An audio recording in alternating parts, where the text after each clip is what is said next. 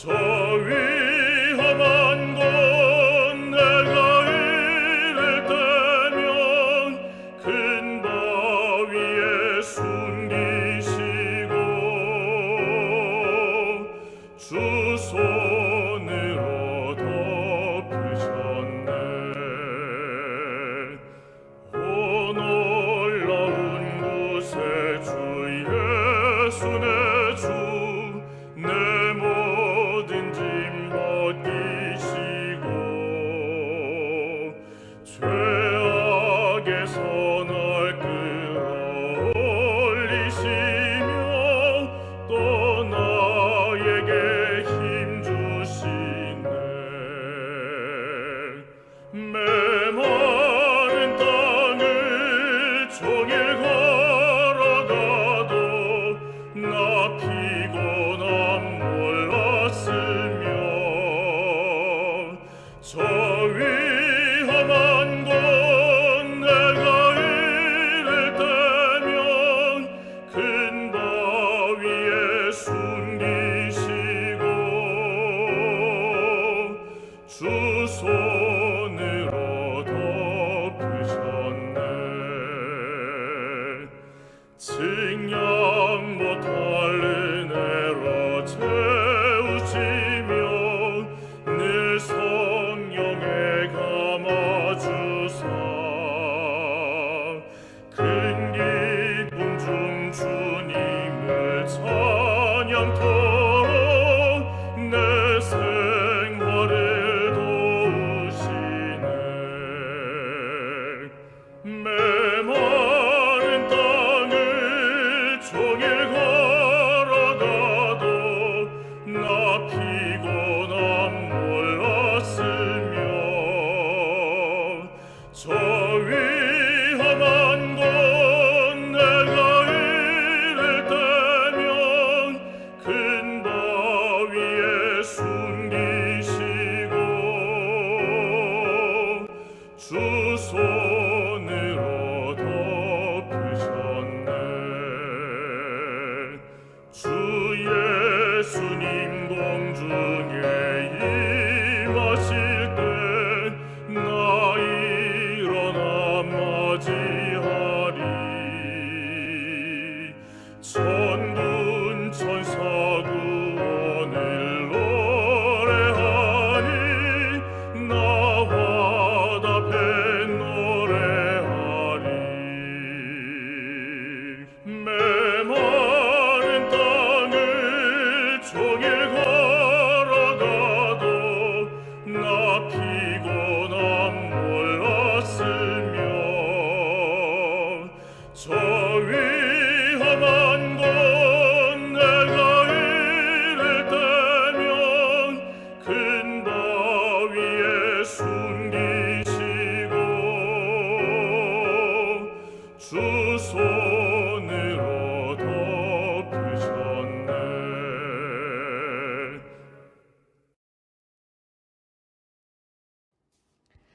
사랑이 많으신 우리들의 하나님 아버지, 오늘 안식일을 맞이하여 다시금 기도할 수 있게 은혜 내려주셨사오니 감사드리옵나이다.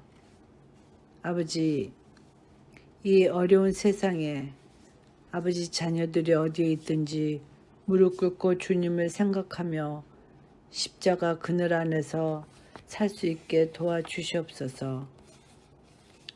아버지, 전쟁을 하고 있는 두 나라를 긍휼히 여겨 주옵시고 그 영혼들에게 자비와 사랑을 베풀어 주옵소서. 또한 주일모 목사님과 가족들에게 함께 하셔서 목회하시는 목사님께 하늘의 지혜와 축복을 내려 주시옵소서. 끝으로 병으로 고생하는 아버지 자녀들에게 기도를 들어주옵시고 기쁨으로 예배를 드릴 수 있게 은혜 내려 주시옵기를 이 모든 말씀 예수 그리스도 이름으로 기도드리옵나이다. 아멘.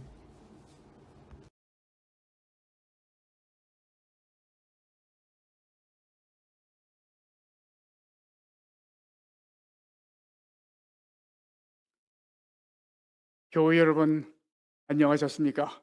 오늘도 금요일 저녁을 맞이하고 또 귀한 안식일 첫 시간을 맞이하게 됩니다.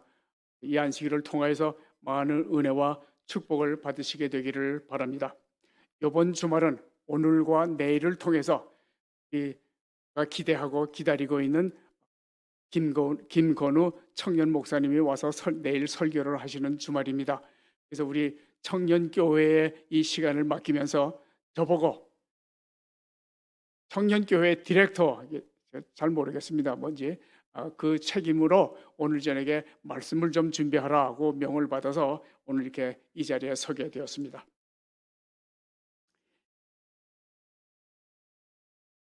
(3월 15일) 하면 어떤 것들이 생각납니까?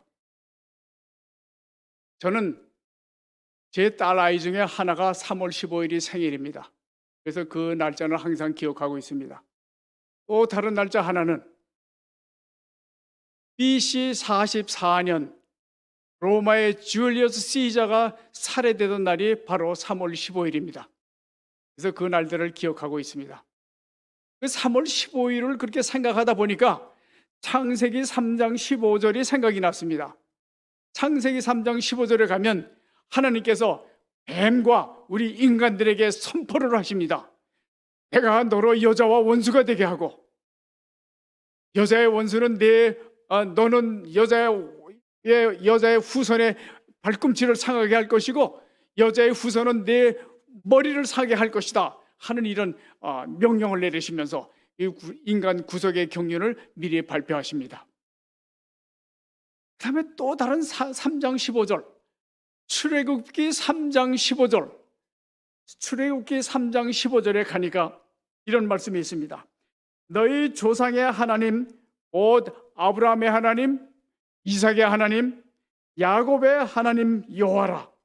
이는 나의 영원한 이름이요 대대로 기억할 나의 표혼이라. 출애굽기 3장 15절. 여기에서 너희 조상의 하나님, 요 말을 영어로 바꾸게 되면 God of fathers, God of your fathers. fathers 하는 건 물론 조상입니다. 그렇지만 그거를 복수를 떼고 아버지의 하나님, 제가 그렇게 붙여보았습니다. 너희 아버지의 하나님. 이렇게 해서 오늘 제목을 아버지의 하나님이라고 붙이고 말씀을 같이 나눠보고자 합니다. 설교라기보다는 그저 이런저런 성경 이야기를 가지고 말씀을 나누고자 생각했습니다.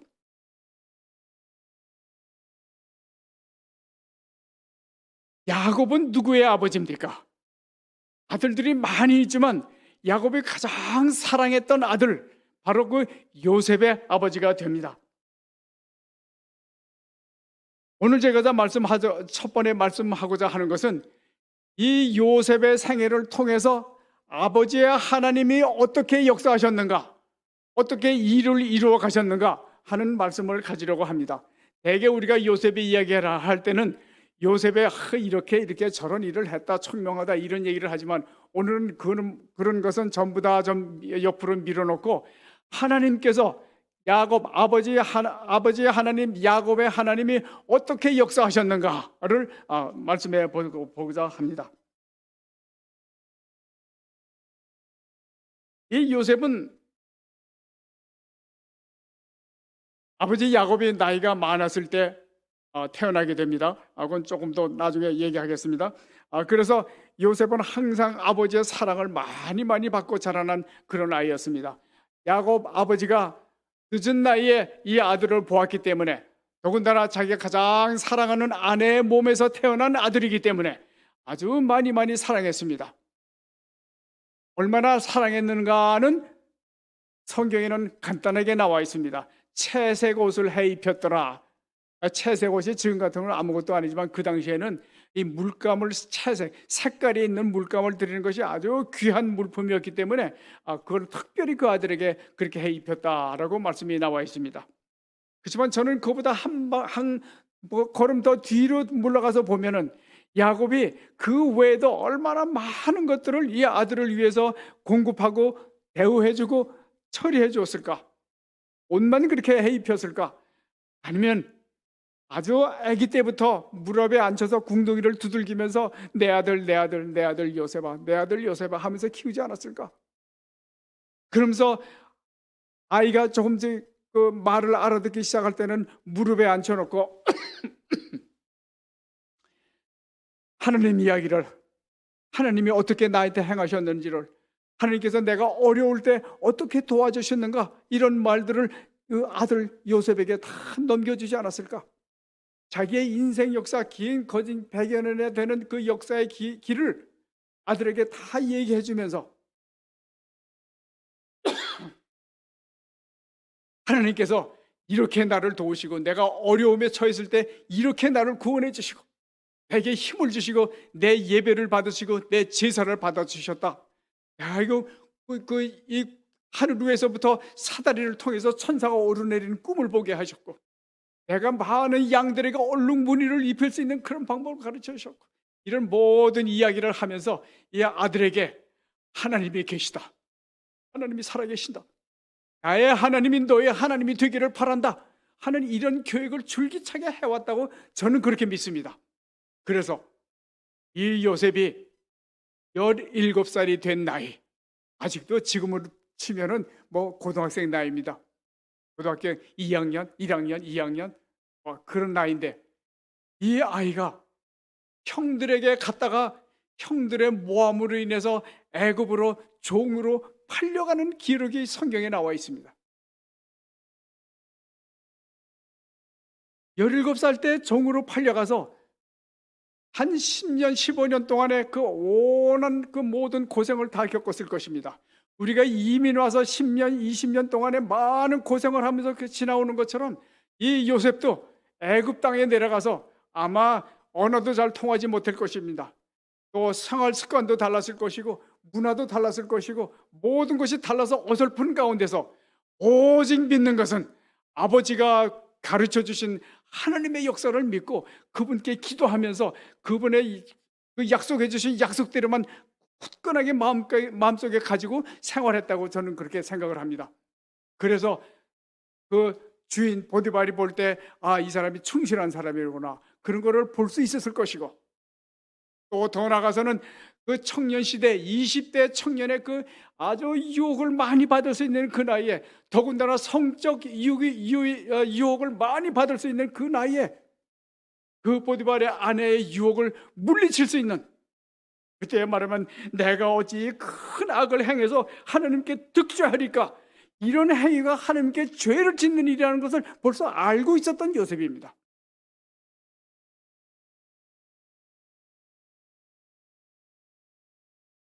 아버지 하나님의 역사하심이 이런 방법으로 요셉에게까지 흘러내려온 것을 우리가 볼 수 있습니다. 좀 더 세월이 지나가면 감옥에 들어갔다가 다 나온 후에 꿈을 해석하게 됩니다. 바로가 꿈을 꿨는데 무슨 꿈인지 기억할 수가 없어요. 그러다가 보니까 이상한 뭐 벼이삭이 나오고 뭐 마른 소가 나오고 뭐 살찐 소가 나오고 이런 소가 나오고 이 꿈을 꾸었는데 도무지 알 수가 없어요. 그래서 여차저차해서 요셉이 그 앞에 섭니다.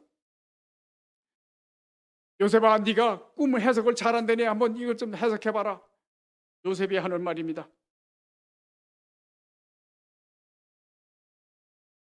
바로요, 이 해석은 내게 있는 것이 아니라 하나님이 바로에게 대답하시리이다. 창세기 41장에 나오는 말씀입니다. 41장에 나오는 말씀입니다. 어떻게 이 요셉은 그런 일을 행하면 죄를 짓는 것도 알아갖고 이런 그 어려운 문제를 풀어가는 것도 하나님이 하시는 일이라고 이렇게 마음가운데 든든히 가지고 있었겠습니까? 이것은 바로 야곱의 하나님이 야곱에게 역사하셨던 것처럼 그 아들 요셉에게까지도 지금 대대로 물려내려와서 역사하고 계시는 것입니다. 여기 출애굽기 3장 15절의 말씀대로 영원히 대대로 기억할 나의 이름이라고 말씀하신 하나님이십니다. 그런 세월이 지나서 7년의 풍년이 지나고 또 7년의 흉년이 시작되어서 아마 중간쯤 갔겠죠. 야곱의 식구들도 그 형제들도 애굽의 풍년이 드는 동안은 곡식이 충분해서 생활에 문제가 없었지만 흉년의 7년의 흉년이 시작돼서 2년, 3년, 4년, 5년이 가니까 곡색이 다 떨어져서 이제 굶게 생겼습니다.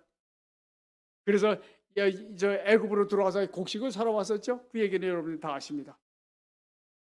그렇게 하고 곡식을 이렇게 잡았다가 이렇게 모든 일들이 지나간 다음에 형들과 요셉이 대면을 하게 되죠. 내가 요셉입니다. 형들이 두려워서 야, 우리는 이제 다 죽었구나. 요셉이여, 우리를 용서하소서 하고 이 형들이 들어올 때 이 요셉이 형들에게 하는 말씀입니다. 창세기 45장 7절 8절에 있는 말씀입니다.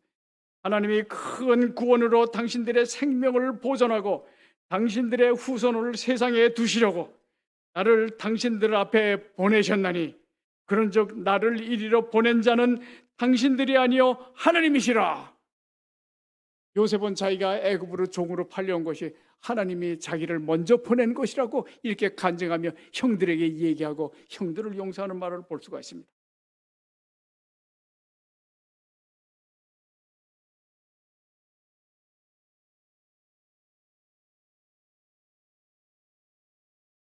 그리고 그런 일이 있은 다음에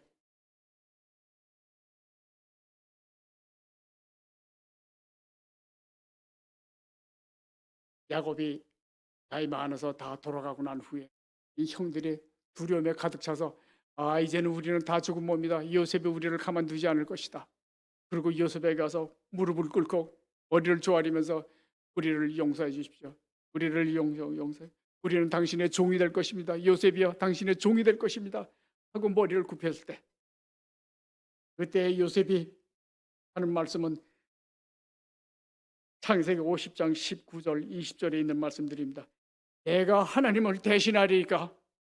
내가 어떻게 하나님을 대신해서 당신들에게 벌을 내리실까? 어떻게 내가 하나님을 대신해서 당신들에게 내 원수를 갚으리까? 이런 말씀을 합니다. 그러고 보니까 그런 말씀이 어디서 또 나오는 것을 제가 기억했습니다. 그래서 창세기 30장으로 넘어가니까 야곱이 사랑하는 아내 라헬이 있는데 라헬이 아들을 낳지 못하는 겁니다. 그 언니 되는 르야는 아들을 5, 6 막 낳는데 이 라헬은 아들을 하나도 낳지 못해요. 그래서 이 라헬이 야곱에게 막 앙탈을 부립니다. 여보, 나도 아들을 좀 낳게 해줘요. 그때 야곱이 그 라헬에게 하는 말이 내가 하나님을 대신할 수 있겠느냐? 화를 내면서 노해서 내가 하나님을 대신할 수 있겠느냐? 하고 대답을 했습니다. 저는 그 두 성경절을 비교하면서 사람이 하지 말아야 될 것과 하나님만이 하시는 일이 바로 이것이구나. 사람이 잉태해서 아들을 낳고 딸을 낳고 자손을 낳는 것은 이건 하나님 하실 일이지 사람이 할 일이 아니로구나. 그 다음에 또 다른 하나의 일은 내 원수를 갚는 일, 나에게 해를 끼친 사람을 내가 보복하는 일, 이런 것은 하나님께 맡겨야지 내가 할 일이 아니로구나. 이런 것을 여기서 배우게 되었습니다. 우리 야곱의 하나님, 우리 아버지 하나님, 아버지 야곱의 하나님은 요셉에게 이런 모양으로 나타나셨습니다.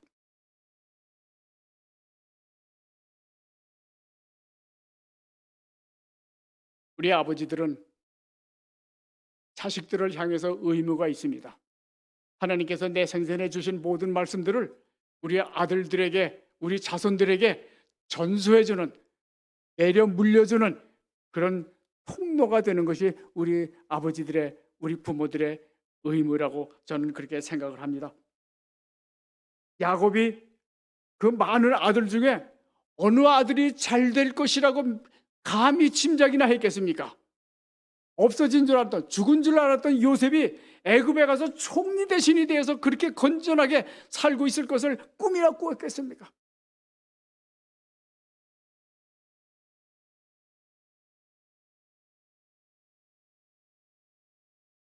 아버지의 하나님, 야곱의 하나님은 이런 방법으로 요셉을 통해서 역사하셨습니다.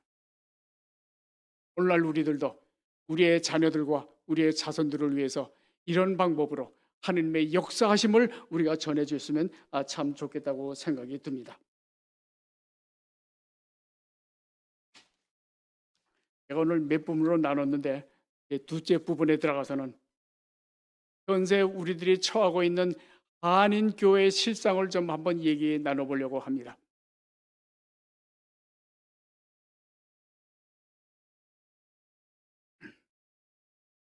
우리 미국에 있는 한인 교회라고 하면은 한인 교회는 누가 참석하고 있습니까? 우리 한인들이 참석하고 있습니다. 여기에 있는 한인들은 어떤 자격을 가진 사람들입니까? 전부 이민자라는 이름이 붙어 있는 사람들입니다. 내 고향 땅이 아니고 타향에 와서 지금 살고 있다는 그런 의미입니다. 그래서 자연히 이 한인 교회라는 것은 이런 이민자들의 모이는 곳이 이 한인 교회다, 이렇게 보면 틀림이 없겠습니다. 그러면 이런 한인 교회들은 가지고 있는 특수성이 있습니다. 우리의 민족성이 같습니다. 우리의 음식 문화가 같습니다. 우리의 언어가 같습니다. 우리의 문화가 같습니다. 우리가 생각하는 그 사고 방식이 대개는 같은 그런 모양을 갖추고 있습니다. 그래서 우리가 한 교회에 이렇게 모이면은 교회가 해야 되는 그런 기능 외에, 말하자면 선교회 무슨 부 그러한 기능 외에 또 많은 이 개인적인 일을 도와주는 그런 역할을 담당해야 되는 것이 우리 한인 교회의 특성이라고 볼 수가 있겠습니다. 그런데 저도 지금 미국 온 지가 50년이 됐으니까 반세기 아닙니까? 세월이 흘러가면서 역사가 흘러가면서 역사가 길어져 가면서 변화가 오기 시작하는 겁니다. 변화가 오기 시작합니다. 변화가 오다 보니까 우리가 지금 뭘 걱정해야 되는 거 아니? 우리 교회도 걱정하고 있습니다. 앞으로 우리가 생존할 수 있을까? 아니면 우리가 이 한인 교회라는 것, 한국 사람들이 모이는 한인 교회가 소멸해서 그냥 없어지고 말 것인가? 이런 거를 걱정해야 되는 세월이 온 것입니다. 이제는 한 20년 전만 해도 제가 우리 청년 목사들에게 그런 얘기를 했었습니다. 이런 때가 올 거니까 지금부터 영어 교회가 앞으로 우리 어른 교회를 다 테이크오버해서 예배 드릴 수 있는 그런 준비를 해라 그런 얘기를 했었습니다. 근데 우리 교회는 그렇게 항상 줄기차게 잘 나가는 그런 상황이 되지를 못해서 지금 요즘에는 모든 것이 다 흩어져 버리고 우리가 정말 생존할 수 있을까? 소멸될 것인가? 이런 걱정을 하는 수밖에 없게 되었습니다. 우리가 걱정은 걱정대로 하되 우리가 바라보는 미래는 점점 가까이 다가오고 있습니다. 그러려면 우리가 소멸되지 않고 계속해서 생존할 수 있으려고 하면은 어떻게 우리가 변화되어 가야 하는가? 우리가 그냥 이민 온 그 상태대로 고집하고 그 문화만 지키고 그렇게 해서는 우리가 생존할 수 있을 것인가? 우리가 다 아시다시피 이민 오는 숫자는 점점 줄어들고 이미 이민 와 있는 우리들은 나이가 많아서 이제는 생애를 끝내야 될 날이 점점 가까이 오고 앞으로 우리의 교회 상태는 어떻게 될 것인가? 영어에는 그런 말이 있습니다. Children are future. 어린이들이 우리의 미래 장래다. 어떻게 통계해 보니까 우리가 여기 있는 그 2세 그 목회자들, 그러니까 젊은 목사님들이 5명 중에 2명만이 1세, 제1세 어른 목사님의 그 본을 받아서 배우면서 그렇게 살고 있다, 그렇게 목회하고 있다, 이렇게 대답했습니다. 그러면 3분은 완전히 다르다는 얘기입니다. 그 젊은 목사님들이 그 1세 목사님들을 무시하거나 배제시키거나 그렇게 하고자 하는 것이 아니라 그 토양, 그 본질적인 그 다름, 그 다음에 그 교회를 구성하고 있는 구조, 이런 것들이 이게 합쳐질 수가 없는 것입니다. 생각이 다르기 때문에. 영성이나 열심 내는 것이나 그런 것은 어른 목사님들한테서 배울 만한데 교회를 운영하는 시스템이나 또 그 교회 색깔이나 또 나가고자 하는 방향은 다르게 생각하고 있다는 얘기예요. 지금 미국의 주류 교회들은 여태까지 백인 중심으로 가득 교회를 채우고 예배를 드렸었는데 점점 그 수가 줄어들고 이제는 다민족화돼가는 현상을 나타내고 있습니다. 거기에는 동양인도 들어갈 수 있고 흑인도 들어갈 수 있고 뭐 온 세계에서 온 다른 사람들이 다 곁들여서 다민족 교회를 이루어가고 있는 현상을 우리가 바라볼 수 있습니다. 우리 한인교회도 점점 변화돼, 청년들을 중심으로 되는 교회는 점점 변화되어 가서 우리 이민자들을 중심으로 해서 교회를 이루던 것이 이제는 점점 아시안 교회, 아시안이면 일본 사람, 중국 사람 우리 같이서 보자, 우리 같은 까만 머리니까 같이 예배 보자, 뭐 이런 거 가실 수 있고, 근데 좀 더 나가면은 그 아시안도 벗어나서 이제는 다민족 교회를 향해서 가고 있는 것입니다.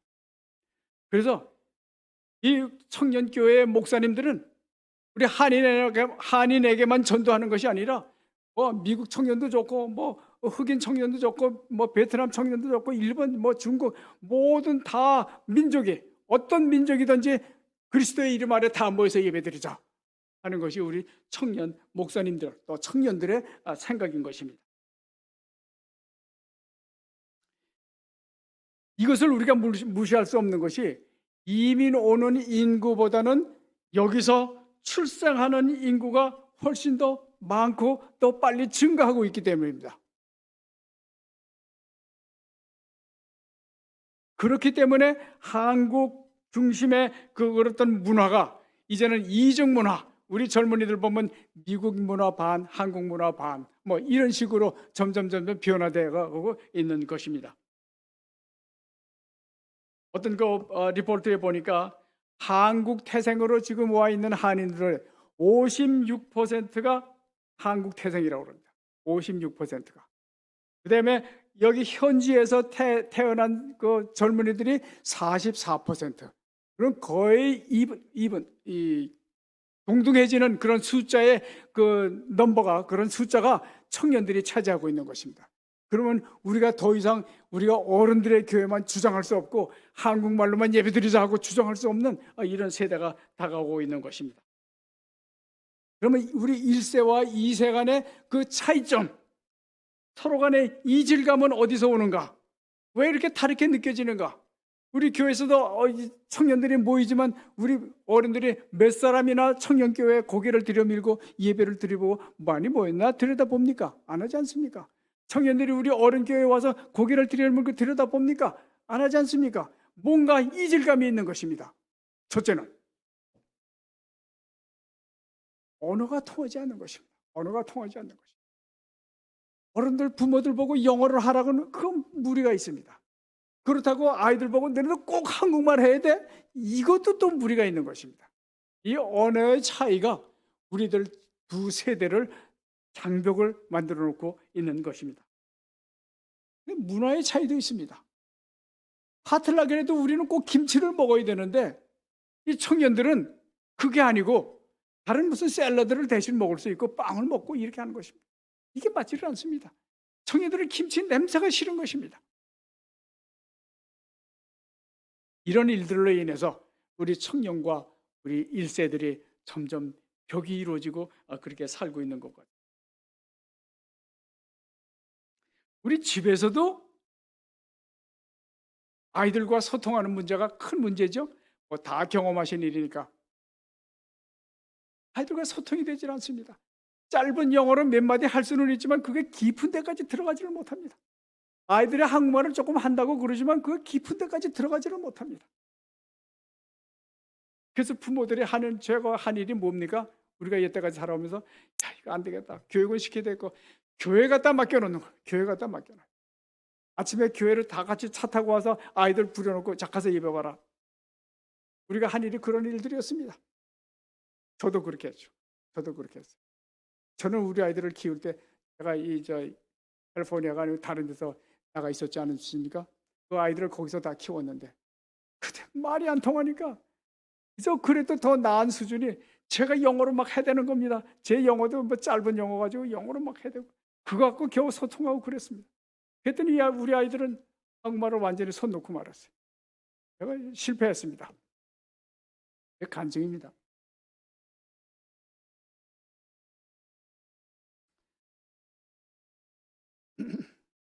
우리 1세들은 우리 전부 다가 제가 50년이 됐어도 나는 이민자. 우리 교회에서 자주 하는 대로 나는 길 가는 나그네, 순례자. 내 집은 없다. 내 고향은 한국 땅이겠지만 이제는 고향이 없다. 미국에 와서도 이 집 저 집으로 자꾸 이사 다니다 보니까 내 고향 집은 없다. 이런 생각을 가지게 됩니다. 우리 2세들은 우리 자녀들은 그렇게 생각하지 않습니다. 자기네들은 아시안 아메리칸이라고 생각을 합니다. 자기네는 아메리칸이라고 생각합니다. 아시안계의 아메리칸이라고 생각합니다. 여기서도 우리는 큰 차이를 볼 수가 있습니다. 그래서 자신을 보는 것도 그렇게 차이점이 있지만 우리의 눈으로는 미국을 바라보는 그 미국이라는 것도 우리 이민자들이 바라보는 미국, 우리 2세들, 우리 자녀들이 바라보는 미국, 이것이 다르다는 말입니다. 우리 이민자들은 미국 땅, 내가 그저 한평생 잠깐 그저 살다 갈 땅, 우리 자녀들은 이것이 내 나라.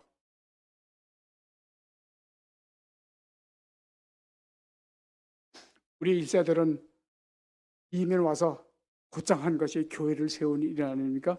교회를 많이 세우고 교회당을 크게 짓고 많은 사람이 한꺼번에 모이고 이민자들이 한참 막 들어올 때는 교회가 가득가득 차면서 찬송을 아름답게 부르고 큰 소리를 부르고 찬양대가 100명 이상이 모여서 부르고 아멘 소리가 천지를 진동하게 이런 이민교회를 이루어왔습니다.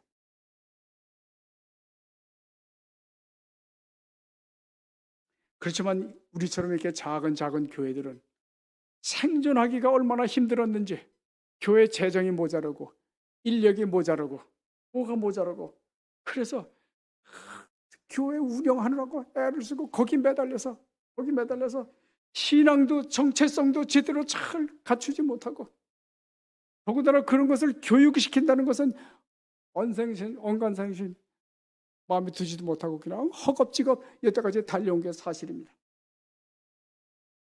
그래서 우리 모두는 아이들을 데려다 교회에다 맡겨놓고 청년 목사 데려다 놓고 돌봐라.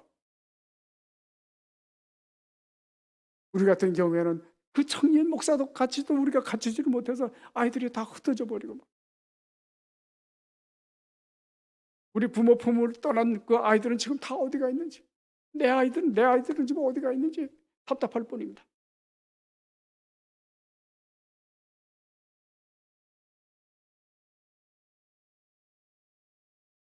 이제는 정말 우리에게 위기가 닥쳐왔습니다. 위기감이 왔습니다. 우리가 이 교회를 아닌 교회로 존속할 수 있을까? 아니면 우리가 그냥 소멸돼 없어지고 말 것인가? 아니면 우리가 마지막으로 한번 시도해보는 것이 우리 목사님께서 시도하고 계시는 청년 목사님을 정식 목사로 부임케 하시고 그분에게 우리 교회 청년들을 몹게 해가지고 한번 가르쳐보자. 야곱이 요셉에게 가르쳤던 것처럼 그렇게 무릎에 앉히고 그렇게 하나님의 역사하심을 경험담을 얘기하고 하나님께서 어떻게 역사하시는 것을 가르쳐주고 그렇게 하는 생활을 우리가 좀 해보자 하는 것이 우리 교회가 지금 뜻하고 있는 바라고 저는 그렇게 믿습니다. 저는 이런 일이 하나님의 뜻에 맞게 되어서 참 성공적으로 다 이루어지기를 위해서 항상 기도하고 있습니다. 여러분들도 이 일을 위해서 기도해 주시면 얼마나 도움이 될지 모르겠습니다.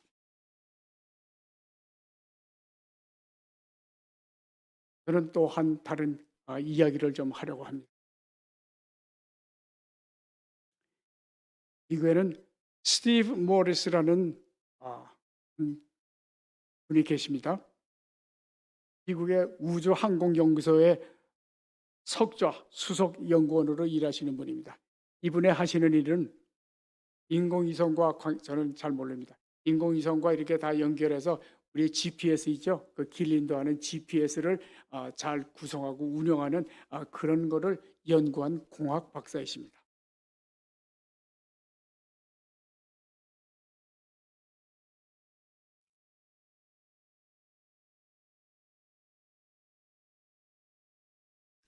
이분을 얘기하는 것은 이분이 한국인이기 때문에, 한국 출생인 분이기 때문에. 한국에서 5살 때 동생이 하나 있었는데 3살. 그 형제가 부모 밑에서 살고 있었는데 아버지가 사업을 실패하십니다. 그래서 아버지가 맨날 술에 취해 들어와서 폭행을 하기 시작하고 집에 와서 모든 그런 이 술 취한 일을 하기 때문에 견디다 못해서 어머니가 가출을 해버렸습니다. 아버지는 더 심한 폭행과 술 취함에 취해서 그렇게 지내다가 결국은 다른 일로 인해서 감옥에 가게. 그래서 이 5살 이 사람과 또 동생 3살짜리가 갑자기 고아가 돼버리고 말았습니다. 그 옛날에, 지금 이분이 아마 65세, 70세 사이 어디쯤 되는 것 같은데, 그 당시에 그 옛날에 강원도 묵호라고 그럽니다. 갈 데가 없습니다. 이 아이들이 갈 데가 없는 것입니다. 그래서 동생 손을 붙잡고 다리 밑에서 가서도 자고 길거리에 다니면서 조금씩 얻어먹고 뭐 그런 거지 생활을 했습니다. 동생은 어떤 아주머니가, 내가 개를 파는 아주머니가 내가 얘는 데리고 가서 보살펴주마. 그거 데리고 갔습니다. 이 형은, 5살 난 형은 다리가 조금 불편했기 때문에 넌 다리 불편해서 난 안 데리고 간다. 이렇게. 그러다 이 여기 고안에 들어가서 시험을 보내다가 내 고안에 있다가 이 서울에 있는 홀트 그 양육원으로 옮겨오게 되었습니다.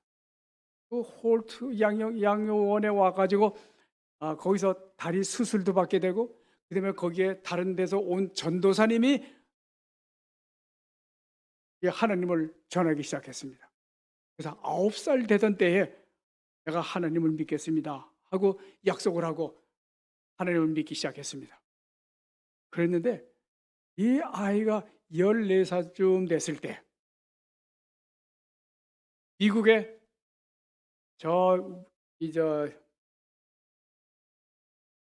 왜 오레곤 쪽에 주 스테이트 이름이 뭡니까? 거기 사시는 존 모리스라는 한 분이 이렇게 입양할 아이들을 이렇게 보다가 쟤는 내가 꼭 데려와야 되겠다 하고 14살이나 된 이 다 큰 아이를 지목하는 겁니다. 그 와이프가 절대 반대를 했지만 이분은 내가 저 아이를 꼭 데려와야 되겠어. 그래서 그 아이를 입양을 시켰습니다. 데려왔습니다. 이 아이가 LA 공항에 내렸습니다. 미국에 입양이 돼서 온다니까 큰 꿈을 갖고 좋은 집 화려한 데로 갈 거를 예상하고 내렸는데, 자기를 마중 나온 그 아버지가 될 사람 존 모리스라는 이 사람이 차를 태워주는데, 그 차를 타니까 차가 얼마나 허술하고 낡은 차인지, 그 안에 들어갔더니 차 천정이 다 떨어져서 너덜너덜하는 그런 차를 봤어요. 이 아이가 너무나 실망되고 그렇게 했습니다. 그래서 그다음에 이 유타주로 그 집이 유타에 있었기 때문에 유타주에 올라갔습니다.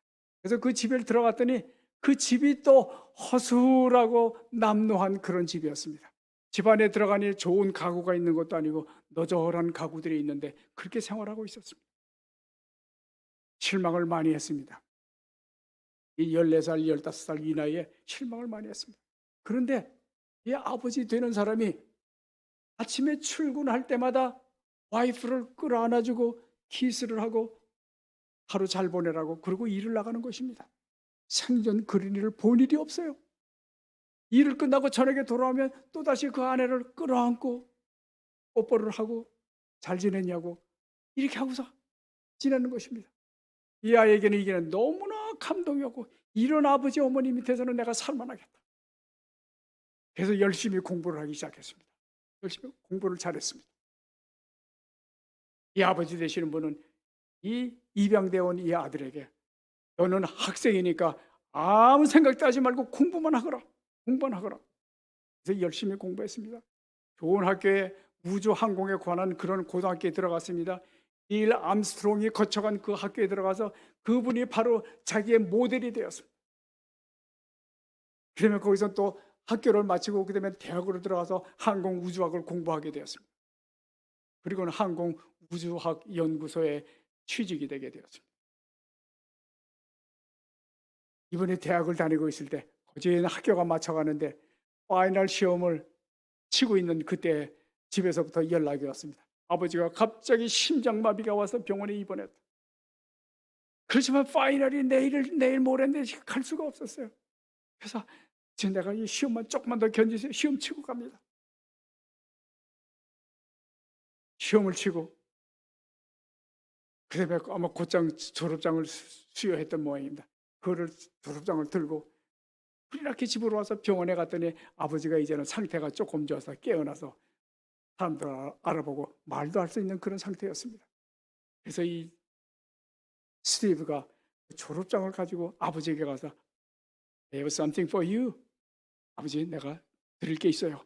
그리고 졸업장을 드렸더니 병상에 누워서 모든 라인을 다 꽂고 있는 그 아버지가 겨우 보이는 눈으로 졸업장을 받아들더니 글자를 제일 위에서부터 제일 끝까지 하나하나 글자를 짚어가면서 그걸 다 읽어보더라는 겁니다. 이 아이에게는 이게 너무나 강력해. 그래서 이 아버지가 변하고 한 달여를 이 청년은 학교를 마치고 LA 쪽에 취직이 됐기 때문에 이쪽으로 이사를 와야 되는데 한 달을 연기하고 한 달 동안 아버지와 같이 지내는 겁니다. 아버지와 같이 산책을 하고 아버지와 같이 말을 하고 집에서 지나면서 시간을 보내는데 아버지가 이 아들에게 말을 하는 겁니다.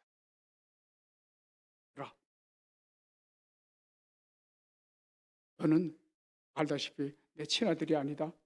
너를 입양했다. 그게 무엇이 다르겠느냐? 이제 성공하는 길로 가거라. 그렇지만 너는 항상 마음에 빚진 자로 살거라. 빚진 자로 살거라. 네가 잘났다고 생각하지 말고 항상 다른 사람한테 빚진 걸로 하고 살아라. 그리고 내가 내 생애 동안에 가장 좋은 선택을 했다고 생각하는 것이 몇 가지가 있는데 첫째는 내가 하나님을 만난 것이다. 하나님을 만난 것이다. 둘째, 내가 내 사랑하는 아내를 만난 것이다. 셋째, 내가 너를 입양해 드린 것이다. 이 아들은 너무나 강명.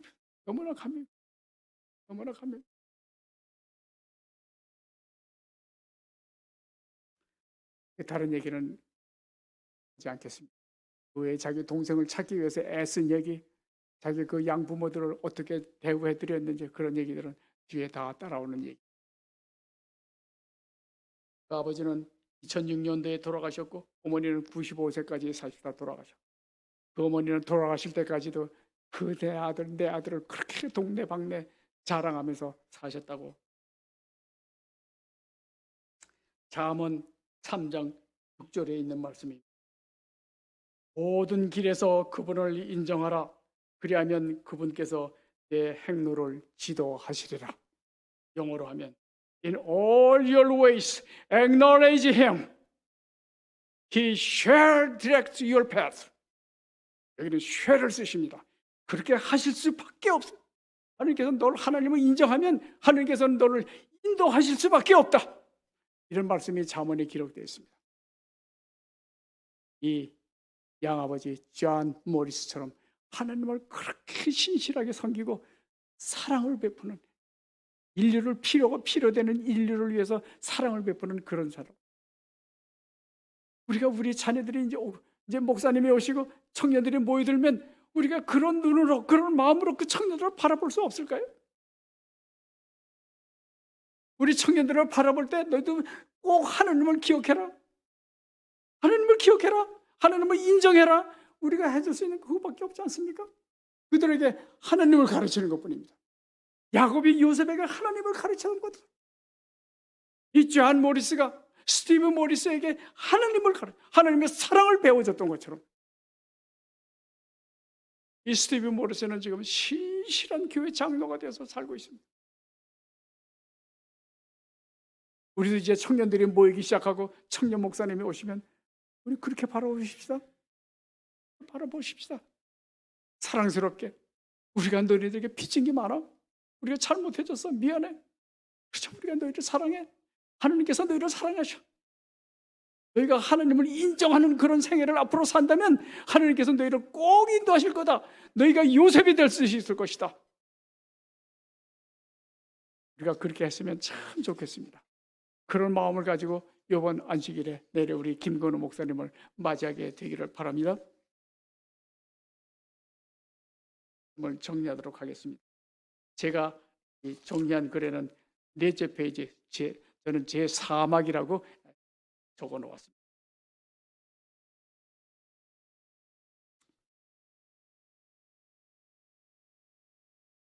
창세기 50장 22절의 말씀을 읽겠습니다.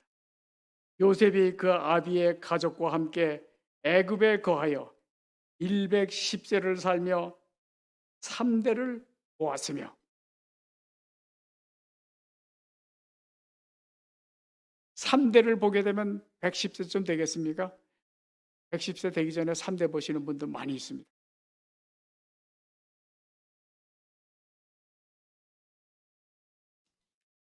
요셉은 누구의 아버지입니까?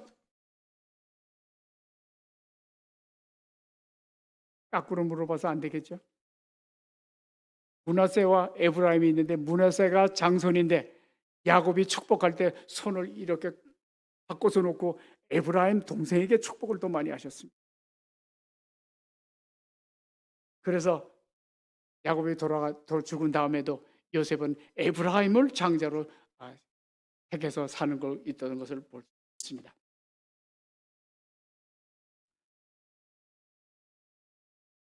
야곱이 몇 년쯤 살았을까요? 몇 살까지 살았을까요? 성경대로라면 147세까지 살았습니다. 야곱이 제일 처음에 애굽에 요셉의 초청으로 애굽에 이민 들어와서 바로를 만났을 때 야곱의 한 말은 내 인생 험악한 세상을 살아왔는데 130년의 그런 나그네 생활을 살아왔습니다. 130년. 애굽에 처음 들어왔을 때 130세였습니다. 근데 다른 성경절에 가서 보면 야곱이 죽을 때 147세라고 기록되어 있습니다. 그러면 이민 생활 17년을 했습니다. 그 마지막 이민 생활 17년은 야곱이 아주 편안하게 지냈으리라고 생각합니다. 아들 요셉이 여러 가지로 다 공급해주며 편안한 생활을 지냈으리라고 생각합니다.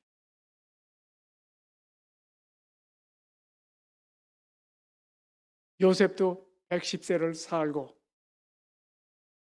죽었습니다.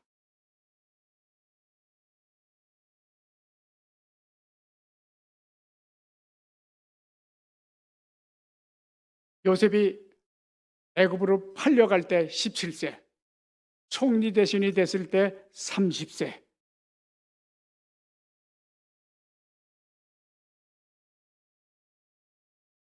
그때부터 110세까지면 또 한 80년 요셉은 그렇게 살았습니다. 아마 요셉은 죽는 날까지 자기의 아버지의 하나님께서 어떻게 역사하시는가를 아마 경험했을 것입니다. 마음에 깊이 느꼈을 것입니다. 그래서 요셉이 죽을 때는 그 자손들에게 내가 죽은 다음에 너희가 이 애굽 땅을 떠나가게 될 때는 내 해골을 꼭 가지고 떠나거라.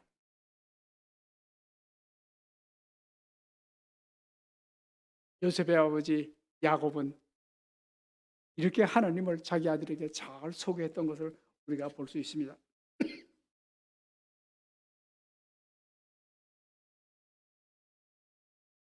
에브라임의 아버지는 요셉이요, 요셉의 아버지는 야곱이요, 야곱의 아버지는 이삭이요, 이삭의 아버지는 아브라함입니다.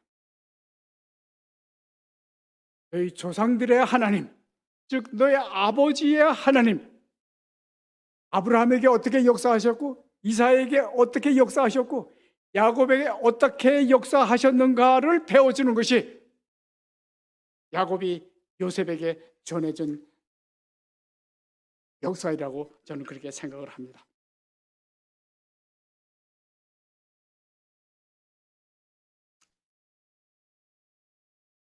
이 야곱이 처음에 그 자기 아들 요셉이 어렸을 때 꿈꾸고 그 자랑하는 얘기를 다 들어서 그렇게 그 얘기를 막 할 때 그 형제들은 아주 시기하고 미워하고 그랬겠지만 이 아버지는 마음에 두었더라. 성경에는 그렇게 되어 있습니다. 어떤 성경에는 마음에 두었더라. 어떤 성경에는 마음에 간직하였더라. 영어 성경에 가니까 observed, 잘 관찰했더라. 여러분, 우리 아들들, 청년들이 그렇게 기특한 것이, 이상한 것이 우리 눈에 보이면 우리 마음 가운데 잘 간직해두고 그 아이가 어떻게 자라나는 것을 우리가 잘 관찰해 보아야 될 줄로 압니다.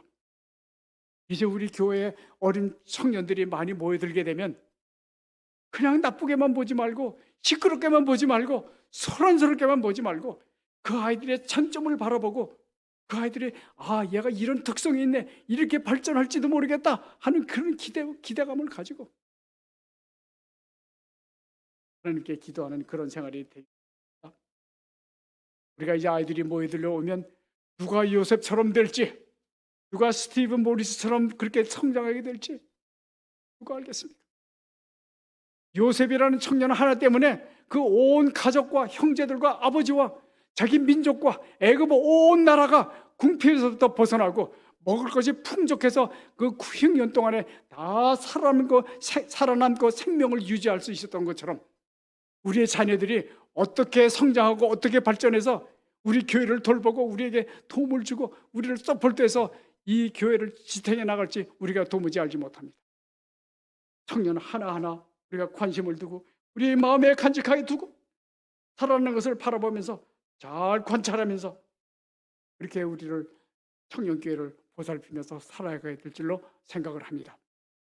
오늘 제가 두서없는 말씀으로 이렇게 준비를 했었는데 시간은 많이 갔습니다. 오늘 제 저녁의 말씀은 이것으로 마치기로 하겠습니다. 여러분들의 앞날에 하나님의 축복이 함께 하시고 우리 청년교회가 들어왔을 때 다 함께 마음을 합쳐서 잘 마음에 간직해 두면서 관찰하며 우리 아버지 하나님의 이름이 대대로 이어질 수 있도록 우리가 그렇게 그러한 삶을 사는 우리 모든 교회들이 되기를 바라면서 오늘 말씀을 마치도록 하겠습니다. 기도하겠습니다. 우리 아버지 하나님, 오늘도 말씀 가운데 같이 하여 주셔서 감사합니다. 우리의 모든 부족함을 용서하시고 우리의 허물들을 짊어지시는 주님, 죄를 가볍게 하여 주시옵시고 두루마기를 입혀주시사 주의 앞에 담대히 설 수 있도록 축복하여 주시옵소서. 우리 교회 청년교회가 너무나 연약하오니 주님께서 복을 주시옵시고 이제 곧 부임하게 될 우리 목사님에게 같이 하여 주셔서 은혜를 주시옵시고 능력을 허락하여 주셔서 복음을 전하는 것이 하나님의 능력이라고 말씀하셨사오니 주님께서 그렇게 이루어 주시옵시고 요셉과 같은 청년이 되게 하여 주시옵시고 그 밑에서 자라는 청년들이 요셉과처럼 스티브 모리스처럼 잘 성장해 나갈 수 있도록 그렇게 축복하여 주시옵소서. 우리의 뜻하는 바가 사람의 뜻이 되지 말게 하여 주시옵시고 주님의 뜻이 이루어지게 하여 주시옵시고 우리들을 통해서 주님의 뜻이 이루어지는 큰 영광을 입을 수 있도록 축복하여 주시옵소서. 오늘 저녁에 이 말씀을 듣는 우리 모두에게 은혜를 하여 주시옵시고 감동 있게 하여 주셔서 주님의 사업을, 주님의 역사를 바라보며 도울 수 있도록 축복 나려 주시옵소서. 주님의 이름으로 감사하며 기도합니다.